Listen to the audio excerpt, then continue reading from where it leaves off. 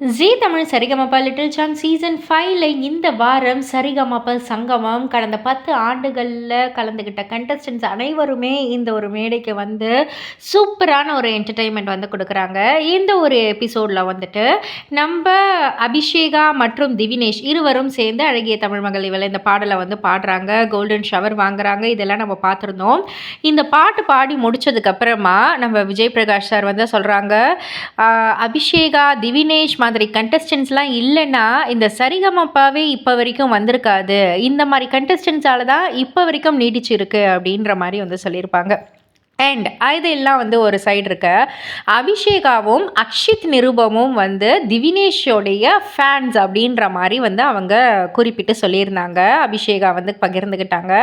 அக்ஷித் நிருபமும் மேடைக்கு வராங்க, திவினேஷ் மாதிரி பண்ணி காமி பாடி காமி அப்படின்னு வந்து சொல்லக்குள்ள உடனே மயக்கமா கலக்கமா அந்த பாடலை வந்து திவினேஷ் போலவே வந்து பாடி காமிக்கிறாரு அக்ஷித்.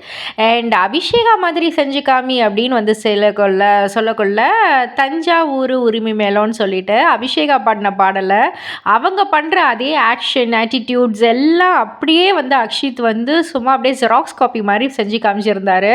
ரொம்பவே கலாட்டாவாக ஃபன்னாக இருந்தது.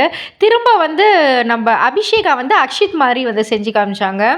ஸோ பயங்கரமான ஒரு ஃபன் கலாட்டா.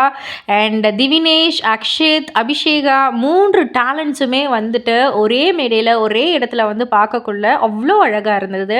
ஸோ இதை பற்றி நீங்கள் என்ன நினைக்கிறீங்க, உங்களுடைய கருத்து என்ன அப்படின்றத கீழே உள்ள கமெண்ட் பாக்ஸில் குறிப்பிட்டு சொல்லுங்கள். மறக்காமல் சேனலை சப்ஸ்கிரைப் பண்ணி பக்கத்தில் உள்ள பெல் ஐக்கானை கிளிக் பண்ணிவிடுங்க.